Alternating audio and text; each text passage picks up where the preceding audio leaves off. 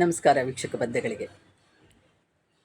ನಾನು ಇಂದಿರಾ ಸೋಮಶೇಖರ್ ಮಾತಾಡ್ತಿರೋದು, ನಿವೃತ್ತ ಶಿಕ್ಷಕಿ ಹಾಗೂ ಉಪನ್ಯಾಸಕಿ. ನಾನು ಇವತ್ತು ಹಬ್ಬಗಳ ಮಹತ್ವವನ್ನು ತಿಳಿಸ್ಕೊಡುವಂತಹ ಒಂದು ಪ್ರಯತ್ನವನ್ನು ಮಾಡ್ತಾ ಇದ್ದೇನೆ. ಹಬ್ಬ ಹರಿದಿನಗಳು ನಮ್ಮ ಆಚರಣೆಗಳು ಎಲ್ಲ ಧರ್ಮಗಳಲ್ಲೂ ಇದೆ. ಹಾಗೆ ಹಿಂದೂ ಧರ್ಮದಲ್ಲೂ ಕೂಡ ನಾವು ಹಲವಾರು ಹಬ್ಬಗಳನ್ನು ಆಚರಿಸ್ತೇವೆ.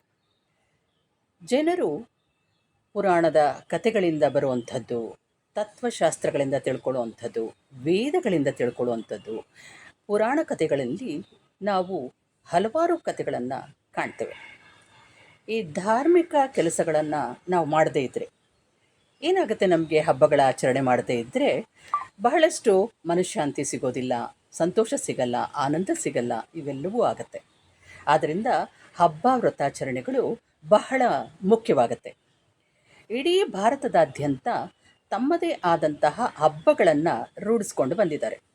ಪ್ರಾದೇಶಿಕ ಹಬ್ಬಗಳು, ನಾಡ ಹಬ್ಬಗಳು, ಮಹಾಪುರುಷರ ಹಬ್ಬಗಳು, ರಾಷ್ಟ್ರೀಯ ಹಬ್ಬಗಳು, ಹಾಗೆ ಪ್ರಕೃತಿಯ ಹಬ್ಬಗಳು, ಹೀಗೆ ಹಲವಾರು ರೀತಿಯ ಹಬ್ಬಗಳನ್ನು ನಾವು ಕಾಣ್ತೇವೆ. ಹಬ್ಬ ಎನ್ನುವುದು ಒಂದು ಪರ್ವ ಎನ್ನುವಂತಹ ಒಂದು ಶಬ್ದದಿಂದ ಬಂದಿದೆ. ವಿಶೇಷವಾಗಿ ದೇವರಲ್ಲಿ ನಮ್ಮ ಮನಸ್ಸನ್ನು ನಿಲ್ಲಿಸುವ ಒಂದು ಪ್ರಯತ್ನ ಈ ಹಬ್ಬಗಳಿಂದ.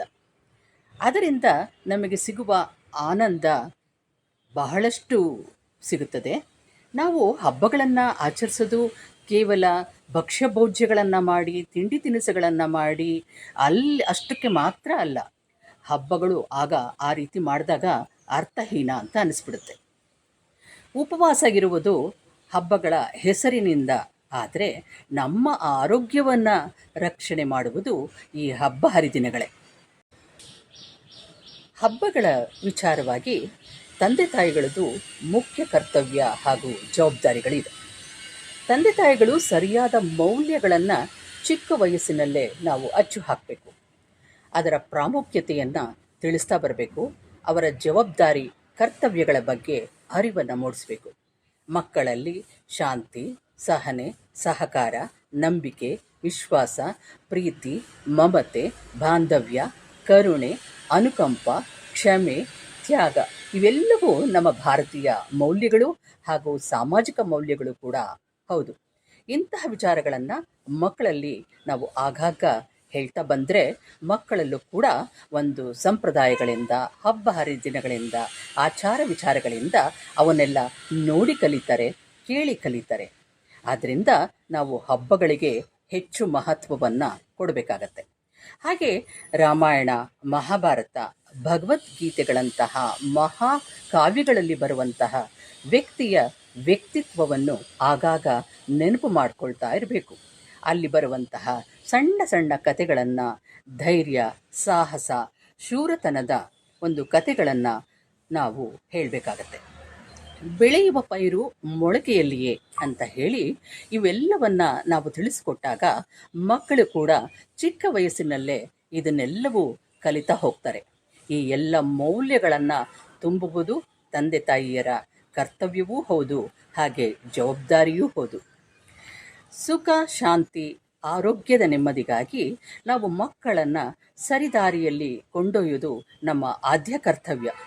ಮಕ್ಕಳು ತಪ್ಪು ದಾರಿಯಲ್ಲಿ ಹೋಗಿ ಅವರಿಂದ ದುಃಖ, ಬಂಧನ, ಕಷ್ಟ, ನಷ್ಟ, ನೋವು, ಚಿಂತೆ, ಕಳವಳಕ್ಕೆ ಒಳಗಾಗದಂತೆ ನಾವೇ ಎಚ್ಚರಿಕೆಯಿಂದ ಅವರನ್ನು ನಡೆಸಬೇಕು. ಗಿಡವಾಗಿ ಬಗ್ಗದ್ದು ಮರವಾಗಿ ಬಗ್ಗೀತೆ. ಉತ್ತಮ ಭಾವನೆಗಳನ್ನು ಮೂಡಿಸಿ ಅವರು ಸರಿದಾರಿಗೆ ಹೋಗುವಂತೆ ಮಾಡುವುದು ನಮ್ಮ ಒಂದು ಜವಾಬ್ದಾರಿಯಾಗಿದೆ. ಇವೆಲ್ಲವನ್ನು ಸಂಪ್ರದಾಯ, ಹಬ್ಬಗಳ ಮೂಲಕ, ನಾವು ಆಚರಣೆಗಳ ಮೂಲಕ ನಾವು ಮಕ್ಕಳಲ್ಲಿ ಇದನ್ನೆಲ್ಲವನ್ನು ಬೆಳೆಸಬೇಕಾಗತ್ತೆ. ಈಗ ಹಬ್ಬಗಳ ಸಾಲು ಸಾಲಾಗಿ ಬರ್ತಾ ಇವೆ. ನಾವು ಶುಕ್ರವಾರ, ಈಗ ಬರುವಂತಹ ದಿನಾಂಕ 6ನೇ ತಾರೀಕು ನಾವು ಗೌರಿ ಹಬ್ಬವನ್ನು, 7ನೇ ತಾರೀಕು ಗಣೇಶ ಹಬ್ಬವನ್ನು ನಾವು ಆಚರಿಸಬೇಕಾಗಿದೆ. ಇಲ್ಲಿ ವಿಶೇಷತೆಯನ್ನು ನಾವು ಸ್ವಲ್ಪ ಗಮನಿಸೋಣ. ದಕ್ಷಿಣ ಭಾರತದ ಒಂದು ಮಹತ್ವಪೂರ್ಣವಾದ ಹಬ್ಬ ಇದು. ಕೇರಳವನ್ನು ಹೊರತುಪಡಿಸಿ ಕರ್ನಾಟಕ, ತಮಿಳುನಾಡು, ಆಂಧ್ರ ಪ್ರದೇಶಗಳಲ್ಲಿ ಈ ಹಬ್ಬವನ್ನು ಆಚರಿಸ್ತಾರೆ. ಗಣೇಶ ಚತುರ್ಥಿಯ ಒಂದು ದಿನ ಮೊದಲು ಆಚರಿಸುವ ಈ ಹಬ್ಬ ಹಿಂದೂ ಧರ್ಮದ ಹಬ್ಬವಾಗಿದೆ, ಅಂದರೆ ಗೌರಿ ಹಬ್ಬ. ಗಣೇಶನ ತಾಯಿ ಗೌರಿಯನ್ನು ಸಂಭ್ರಮ ಸಡಗರದಿಂದ ವಿಜೃಂಭಣೆಯಿಂದ ಗೌರಿಯನ್ನು ಬರಮಾಡ್ಕೊಳ್ತೇವೆ. ಆ ಭಗವಂತನಾದ ಶಿವನ ಸಂಗಾತಿ ಮತ್ತು ಪ್ರಯಾಣ ಸಂಗಾತಿಯಾದ ಗೌರಿ ದೇವಿಯನ್ನು ಈ ದಿನದಂದು ವಿವಾಹಿತ ಮಹಿಳೆಯರು ಸಂತೋಷದ ದಾಂಪತ್ಯಕ್ಕಾಗಿ ಈ ಗೌರಿ ಹಬ್ಬವನ್ನು ಆಚರಿಸ್ತಾ ಬಂದಿದ್ದಾರೆ. ಉತ್ತರ ಭಾರತದ ಉತ್ತರ ಪ್ರದೇಶ, ಬಿಹಾರ್, ಮಹಾರಾಷ್ಟ್ರ, ಜಾರ್ಖಂಡ್, ರಾಜಸ್ಥಾನ್, ಛತ್ತೀಸ್ಗಢ, ಮಧ್ಯಪ್ರದೇಶ್ ಹೀಗೆ ಹಲವಾರು ರಾಜ್ಯಗಳಲ್ಲೂ ಕೂಡ ಈ ಗೌರಿ ಪೂಜೆಯನ್ನು ಆಚರಿಸ್ತಾರೆ. ಆದರೆ ಅಲ್ಲಿ ಇದಕ್ಕೆ ಹರತಾಳಿಕ ಅಂತ ಕೂಡ ಈ ಪೂಜೆಯನ್ನು ಮಾಡ್ತಾರೆ. ಈ ಗೌರಿ ಹಬ್ಬಕ್ಕೆ ಹೆಚ್ಚಿನ ಮಹತ್ವ ಕೂಡ ಇದೆ. ನಂಬಿಕೆಗಳ ಪ್ರಕಾರ ಈ ದಿನ ಆಕೆ ತವರು ಮನೆಗೆ ಬರುತ್ತಾಳೆ, ಮರುದಿನ ಗಣೇಶ ತಾಯಿಯನ್ನು ಕರೆದುಕೊಂಡು ಹೋಗಲು ಬರುತ್ತಾನೆ ಎಂದು ಹೇಳಲಾಗುತ್ತದೆ. ಇನ್ನು ಗಣೇಶ ಚತುರ್ಥಿ ಎಂದರೆ ಸಾಕು, ಎಲ್ಲೆಡೆ ಸಂಭ್ರಮ ಮನೆ ಮಾಡುತ್ತದೆ. ಈ ಹಬ್ಬ ವಿಜೃಂಭಣೆಯ ಹಬ್ಬ.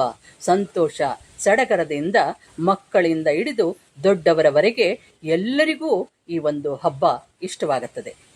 ಇದನ್ನು ವಿನಾಯಕ ಚತುರ್ಥಿ ಹಾಗೂ ಗಣಪತಿ ಹಬ್ಬ ಅಂತ ಕೂಡ ಕರೀತಾರೆ. ಈ ಹಬ್ಬ ಭಾವನಾತ್ಮಕವಾದ ಬೆಸುಗೆ ಆಗಿದೆ. ಅಂದರೆ ಈ ನಾವು ಭಾವನಾತ್ಮಕತೆಯನ್ನು ಹೇಗೆ ನಾವು ಮಕ್ಕಳಲ್ಲಿ ಮೂಡಿಸೋದು, ಈ ಹಬ್ಬಗಳ ಮೂಲಕ ಈ ಭಾವನಾತ್ಮಕತೆ ಬೆಳೀತಾ ಹೋಗುತ್ತೆ. ಭಾದ್ರಪದ ಮಾಸದ ಚೌತಿಯಂದು ಈ ಹಬ್ಬವನ್ನು ದೇಶದೆಲ್ಲೆಡೆ ಆಚರಿಸ್ತಾರೆ. ಆನೆಯ ತಲೆಯನ್ನು ಹೊಂದಿರುವ ಗಣೇಶನ ಜನ್ಮವನ್ನು ಆಚರಿಸುವ ಹಿಂದೂ ಧರ್ಮದ ಹಬ್ಬವಾಗಿದೆ. ಇದು ಹೊಸ ಆರಂಭ ಕೂಡ ಹೌದು.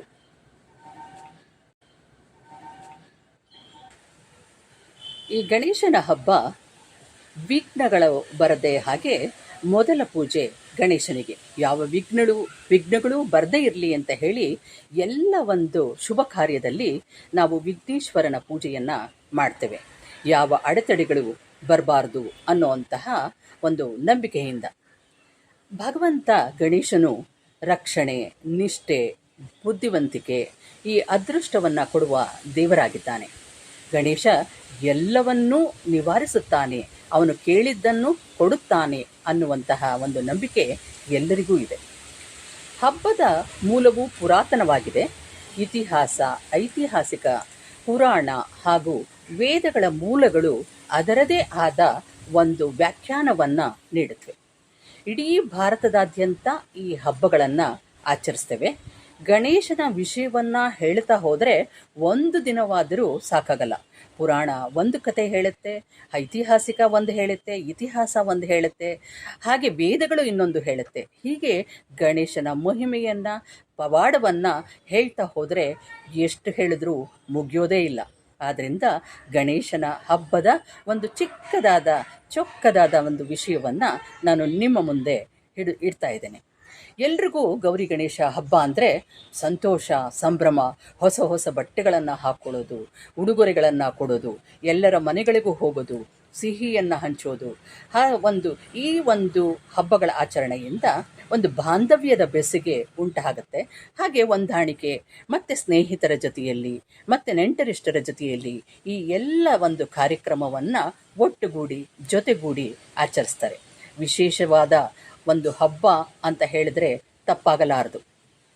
ಆದ್ದರಿಂದ ಈ ಹಬ್ಬ ಸಂತೋಷವನ್ನು, ಸಂಭ್ರಮವನ್ನು, ಆನಂದವನ್ನು, ಆರೋಗ್ಯ ಭಾಗ್ಯವನ್ನು ಕೊಟ್ಟು ಕರುಣಿಸಲಿ ಎಂದು ಆ ದೇವರನ್ನು ಭಕ್ತಿಯಿಂದ, ಶ್ರದ್ಧೆಯಿಂದ ಬೇಡ್ಕೊಳ್ಳೋಣ. ಎಲ್ರಿಗೂ ಒಳ್ಳೆಯದಾಗಲಿ. ಈ ಕಾರ್ಯಕ್ರಮಗಳು ನಿಮಗೆ ಇಷ್ಟವಾದಲ್ಲಿ ಲೈಕ್ ಕೊಡಿ, ಹಾಗೆ ಶೇರ್ ಮಾಡೋದನ್ನು ಮರಿಬೇಡಿ. ನಮಸ್ಕಾರ.